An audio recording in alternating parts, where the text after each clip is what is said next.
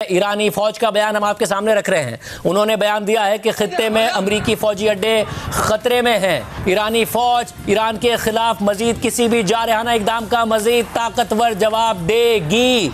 ईरानी फौज की तरफ से ये बयान सामने आया है। एक और बयान में कहा गया है कि ईरानी फौज हमला करके भाग जाने का दौर अब ख़त्म हुआ। ये ईरानी फ़ौज की तरफ से कहा गया है। इसके अलावा अमरीकी पुष्टपनाही में सेहूनियों की जारियत ख़त्म होने तक मुज़ाहमत जारी रहेगी।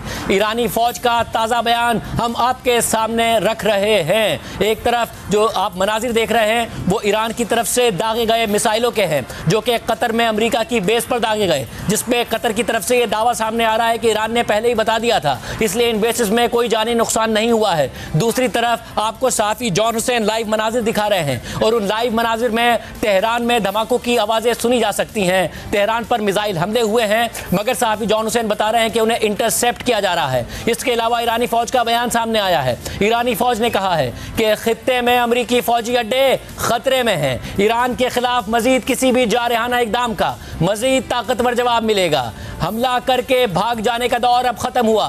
फ़ौज और ये भी कहा गया है कि अमरीकी पुष्टपनाही में सेहूनियों की जारियत ख़त्म होने तक मुज़ाहमत जारी रहेगी। एक तासुर जो इस बयान से मिल रहा है वो ये कि ईरान की तरफ से कहा गया है कि ईरान के खिलाफ मजीद किसी भी जारहाना इकदाम का मजीद ताकतवर जवाब मिलेगा। तो क्या ये इस बात का इंदिया दिया जा रहा है कि ईरान ने जवाब दे दिया, अब ईरान मजीद हमले नहीं करेगा? अगर अमेरिका की तरफ से हमले नहीं किए गए या अमेरिका की तरफ से जवाब नहीं दिया गया, जब कासिम सुलेमानी के मारे जाने के बाद 2020 में ईरान ने अमरीकी बेस पर हमला किया था तो उसके बाद अमेरिका की तरफ से जवाब नहीं दिया गया था मगर उस हमले में कोई जानी नुकसान नहीं हुआ था। और फिर अब बाद में अमरीकी सदर ट्रंप ने बताया था कि ये जो हमले हुए थे ये इन हमलों से पहले ईरान ने बता दिया था। आज कतर की वजारत खारजा ये कह रही है कि ईरान की तरफ से इन हमलों से पहले बता दिया गया था। अमरीकी अखबार न्यूयॉर्क टाइम्स 3 ईरानी ऑफिशियल्स को कोट करके कह रहा है कि ईरानी ऑफिशियल्स ने बताया है कि हमने नुकसान कम होने के पेश नज़र बता दिया था और अब